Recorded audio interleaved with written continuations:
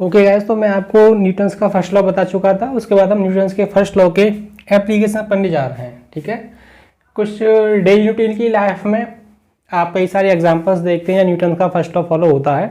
मैं एक बार फिर से बता देता हूँ क्या था न्यूटन्स का फर्स्ट लॉ। अगर कोई बॉडी रेस्ट में है तो वो रेस्ट में ही रहना चाहती है, और अगर वो यूनिफॉर्म मोशन में है तो वो यूनिफॉर्म मोशन को ही कंटिन्यू करना चाहती है। और बॉडी ये तब तक करेगी जब तक उस पर कोई एक्सटर्नल फोर्स अप्लाई ना हो। ठीक है, और बॉडी की अपनी स्टेट को मेंटेन करने की जो प्रॉपर्टी होती है, इसी को क्या बोलते हैं, बॉडी का इनर्शिया। ठीक है, तो इसका जो पहला एप्लीकेशन है application of first law of motion, तो इसमें फर्स्ट एप्लीकेशन है आपका, इसे साइड बुक में जो स्पेशल नाम दिया जाता है, this is inertia of motion, inertia of rest, inertia of direction. ठीक है, तीन तरह से इसे डिफाइन करते हैं। हालांकि एनसीईआरटी में ऐसा कोई नॉमेनक्लेचर नहीं दिया हुआ है, लेकिन लास्ट में सेंस यही निकल के आएगा। तो इनर्शिया ऑफ पहले हम मान लीजिए इनर्शिया ऑफ मोशन डिफाइन कर लेते हैं। इनर्शिया ऑफ मोशन क्या होता है, जैसे कोई ऑब्जेक्ट है, ठीक है, कोई मान लीजिए एक कैंडिडेट है, वो क्या कर रहा है, गाड़ी को ड्राइव कर रहा है। ठीक है, तो गाड़ी क्या होगी, मूव कर रही है। वो जो ऑब्जेक्ट है, जो कैंडिडेट उसके अंदर बैठा हुआ है, वो भी क्या कर रहा है, मूव कर रहा है कि नहीं। तो न्यूटन्स के फर्स्ट लॉ के अकॉर्डिंग दोनों ही क्या है, मोशन में है। तो जो बाहर से कोई आदमी देखेगा तो उसके लिए दोनों ही मोशन में है। अब मान लीजिए वो आदमी क्या देखता है कि उसके सामने कुछ ऑब्स्टेकल आ गया, तो वो क्या करेगा भाई, वो सडनली ब्रेक लगाएगा। जैसे कोई मान लीजिए दूसरी कार आ गई या बाइक आ गई या कोई कैंडिडेट और आ गया दूसरा उसके सामने, तो क्या करेगा, एकदम से सडनली ब्रेक लगाएगा। तो जब वो सडनली ब्रेक लगाएगा तो क्या होगा, उसकी गाड़ी मोशन में थी, वो भी मोशन में था, तो गाड़ी जब ब्रेक लगेगी तो वो तो एकदम से रुक जाएगी। लेकिन वो आदमी में तो कोई ब्रेक नहीं लगी हुई तो वो रुक जाए, तो क्या करेगा, वो अपनी मोशन को कंटिन्यू करना चाहेगा। अब मोशन को कंटिन्यू करते हुए क्या करेगा, वो गाड़ी के शीशे को तोड़ करके बाहर। देखा आप लोगों ने अक्सर मूवीज में देखा होगा, आप खुद ये करने की कोशिश ना करें। तो उसमें क्या होता है, वो लॉ ऑफ आपका लॉ ऑफ इनर्शिया है, वो क्या करना चाहता है, जैसे इनर्शिया ऑफ मोशन है, वो मोशन में था, अपने मोशन को ही कंटिन्यू करना चाहता है। और कंटिन्यू करने के चक्कर में क्या होता है, गाड़ी तो ब्रेक से रुक जाती है, लेकिन वो क्या करता है, शीशा तोड़ के बाहर निकल जाता है। यही वजह होती है कि जब आप ड्राइव करते हैं तो ट्रैफिक पुलिस वाले आपको ये इंस्ट्रक्शन देते हैं कि आप क्या करिए, हमेशा सीट बेल्ट पहनिए। और सीट बेल्ट का क्या रोल होता है, सो सीट बेल्ट का रोल यही है कि जब आप आगे की तरफ जा रहे होंगे, शीशे को तोड़ते हुए आप बाहर निकलेंगे, तो जो सीट बेल्ट है वो क्या करेगी, आपको खींच के अंदर की तरफ लेकर के आएगी। ठीक है, तो ये फायदा होता है सीट बेल्ट पहनने से, इसलिए ध्यान रखें हमेशा सीट बेल्ट पहन के ही आपको कार ड्राइव करनी चाहिए। ठीक है, this is inertia of motion. और एक एग्जांपल देखिए इनर्शिया ऑफ रेस्ट का, इसे इनर्शिया ऑफ रेस्ट कहते हैं। दूसरा एग्जांपल ये है, जैसे मान लीजिए कि आप अपने स्कूल की बस है उसमें खड़े हुए हैं, ठीक है, लेकिन आप फिर से ये स्टैंड न दोहराएं घर पर अपनी बस में, आप अपनी स्कूल बस में खड़े हुए हैं और क्या होता है, अचानक से बस स्टार्ट होती है, तो आपने देखा होगा कि आप क्या करते, पीछे की तरफ गिर जाते। ऐसा क्यों होता है, तो ऐसा इसलिए होगा, सबसे पहले बस स्टेशनरी है, आप भी स्टेशनरी हैं, ठीक है, आपका ध्यान कहीं और लगा हुआ है। अचानक से क्या होता है, बस स्टार्ट होती है, तो बस क्या एकदम से मोशन में आ गई। आपके जो पाँव थे बस के साथ कांटेक्ट में थे, वो भी क्या है, एकदम मोशन में आ गए। लेकिन आपकी जो ऊपर की बॉडी है कि नहीं, वो क्या थी, वो तो रेस्ट में थी। तो ऊपर की बॉडी रेस्ट में थी तो क्या है, वो तो अपने रेस्ट को मेंटेन करना चाहेगी। और जब वो रेस्ट को मेंटेन करना चाहेगी तो क्या होगा, पाँव तो चले जाएंगे आगे, और रेस्ट को मेंटेन करने के लिए आप क्या करेंगे, पीछे की तरफ गिर जाएंगे। ठीक है, तो ये क्या होता है, इनर्शिया ऑफ रेस्ट। वो रेस्ट में था, रेस्ट को कंटिन्यू करना चाहता है। और एक तीसरा एग्जांपल देखिए इनर्शिया ऑफ मोशन डायरेक्शन का। जैसे आपने अक्सर फील किया होगा, ऐसे गाड़ी है और गाड़ी क्या कर रही है, आपकी फॉरवर्ड डायरेक्शन मूव कर रही है। मैंने पहले ही बताया था मेरी ड्राइंग अच्छी नहीं है। ठीक है, गाड़ी फॉरवर्ड डायरेक्शन मूव कर रही है और आप इस पर बैठे हुए हैं। ठीक है, आप इसके अंदर बैठे हुए हैं। अगर आपको ये इमेज अच्छी नहीं आई तो ये वो आदमी उसमें बैठा हुआ जिसे आप पसंद नहीं करते। तो जब ये मूव कर रहा है फॉरवर्ड डायरेक्शन में और मान लीजिए अचानक से ये क्या करेगा, ये एक्स में जा रहा था, एकदम से टर्न लेता है। ठीक है, तो जब हम गाड़ी टर्न लेके इस तरह से जाएगी, तो आप क्या करेंगे, आप थोड़ा सा इधर की तरफ बेंड हो जाएंगे। जो टर्न था ना उसके थोड़ा सा अपोजिट आप बेंड हो जाएंगे। उसकी वजह क्या है, उसकी वजह ये है कि हम तो एक्स में जा रहे थे, तो हमारी डायरेक्शन ऑफ मोशन किधर थी, एक्स में थी। तो जब हम टर्न होके एकदम कट लगाएंगे दूसरी डायरेक्शन में, तो हम क्या था, हम तो एक्स में जा रहे थे, तो हम क्या चाहेंगे कि हम एक्स में चलें। तो इस तरह से आप टर्न लेते तो आपकी बॉडी थोड़ी सी इधर ही बेंड होती है। तो आप इधर जा रहे हैं, बॉडी थोड़ा सा इधर बेंड होती है, क्योंकि वो किधर चलना चाहती है, एक्स डायरेक्शन में। तो ये आपका इनर्शिया ऑफ डायरेक्शन के, हम जो डायरेक्शन फॉलो कर रहे थे पहले, हम उसी डायरेक्शन को मेंटेन करके रखना चाहते हैं। ठीक है गाइस, तो ये थे आपके न्यूटन्स के फर्स्ट लॉ के एप्लीकेशंस। इसके बाद आप नई हेडिंग लिखेंगे और उस हेडिंग का नाम होगा इनर्शिया एंड मास। ठीक है, मैं सारी हेडिंग्स एनसीईआरटी से उठा रहा हूँ, यही मोस्ट इम्पोर्टेंट बुक है आपके सिलेबस में है, और एनसीईआरटी से बेस्ट कोई बुक नहीं है, आप ये ध्यान रखेंगे।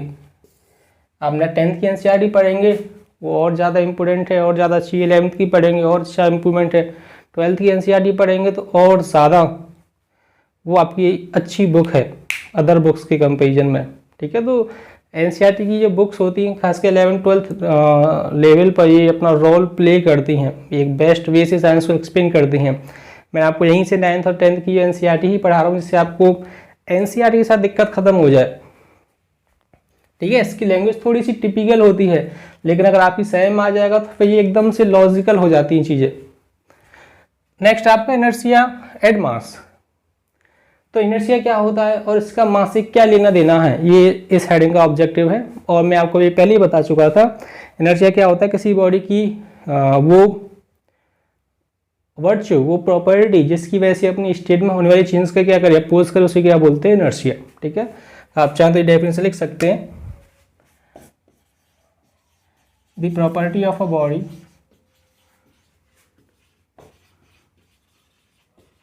बाय विच it oppose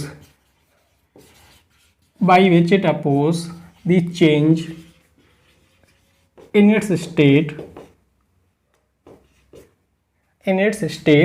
अब ये स्टेट कोई सी भी हो सकती है, रेस्ट हो सकती है, मोशन हो सकती है, और डायरेक्शन में चेंज भी हो सकता है। It's state is called inertia of a body, inertia of a body. ठीक है, अब बॉडी के इनर्शिया का मास से क्या लेना देना है कि नहीं, बॉडी का जो इनर्शिया वो मास पर कैसे डिपेंड करता है। तो आप ध्यान रखेंगे, जैसे 1 kg का एक वेट है, ठीक है, 1 kg का बट्टा रखा हुआ है, आप उसकी स्टेट में चेंज करिए। अब मान लीजिए एक 10 kg का आप उसकी स्टेट में चेंज करिए, और एक 100 kg का आपको उसकी स्टेट में चेंज करना है। ठीक है, मान लीजिए तीनों रेस्ट में थे, और मैं आपसे कह रहा हूँ कि तीनों को मोशन में ला दीजिए। तो जब आप तीनों को मोशन में लाने की कोशिश करेंगे तो आप बताइए आपको किस पर ज़्यादा फोर्स लगाना पड़ेगा मोशन में लाने के लिए। तो आप बिल्कुल कॉमन सेंस से बता सकते हैं, जो 100 kg वाला होगा उसको शिफ्ट करने के लिए हमें ज़्यादा फोर्स लगाना पड़ेगा।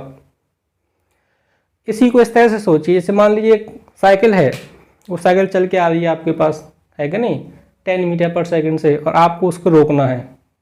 ठीक है, सचमुच नहीं रोकना, बस एग्जाम्पल मैं आपको बता रहा हूँ, आपको उसको रोकना है। अब मान लीजिए 10 मीटर पर सेकंड से एक बाइक आपके पास आ रही है, बाइक को आपको रोकना है। तो आप फिर से बता सकते हैं किसे रोकने के लिए ज़्यादा फोर्स लगाना पड़ेगा, तो बाइक को। ठीक है, बाइक का मास कैसा ज़्यादा है, तो वो क्या करेगी, अपनी स्टेट, उसकी टेंडेंसी ज़्यादा होगी अपनी मोशन को कंट्रोल करने के लिए compare to cycle.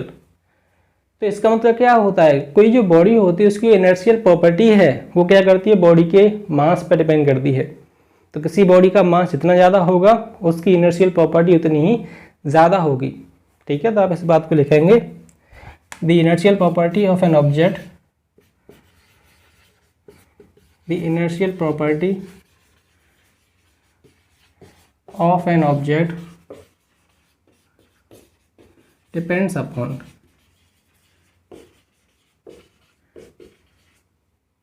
The mass of the object.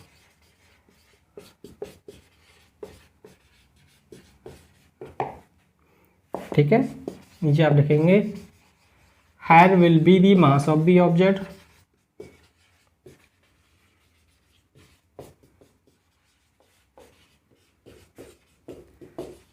Higher will B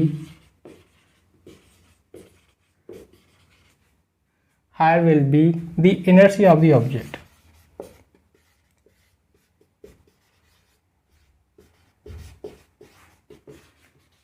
and vice versa, मतलब इसका उल्टा भी, अगर ऑब्जेक्ट का मास ज़्यादा है तो उसका इनर्शिया ज़्यादा होगा, और ऑब्जेक्ट का मास कम है तो उसका इनर्शिया भी कैसा होगा, कम। ठीक है, इनर्शिया के और भी कई सारे एग्जांपल्स हैं। जैसे आप लोगों ने देखा होगा कभी कभी आप कैरम बोर्ड खेलते हैं तो उसमें क्या है, वो जब बिल्कुल स्टार्टिंग में होता है सारे जो पीसेज होते हैं वो एक जगह कलेक्टेड होते हैं और आप क्या करते हैं, फ्लिप करते हैं। तो जैसे आप फ्लिप करते हैं तो कभी कभी ऐसा होता है कि जो रिमेनिंग जो ऊपर के पीस हैं वो तो एज सच रहते हैं, और जो बॉटम वाला होता है वो क्या एकदम से बाहर निकल जाता है, तो ऊपर वाले क्या वहीं के वहीं रहते हैं, वो उसके साथ नहीं जाते। तो उसके साथ क्यों नहीं जा रहे, आपके समझ में आ गया होगा। वो पहले रेस्ट में थे, वो क्या करना चाहेंगे, अपनी रेस्ट को मेंटेन करना चाहेंगे।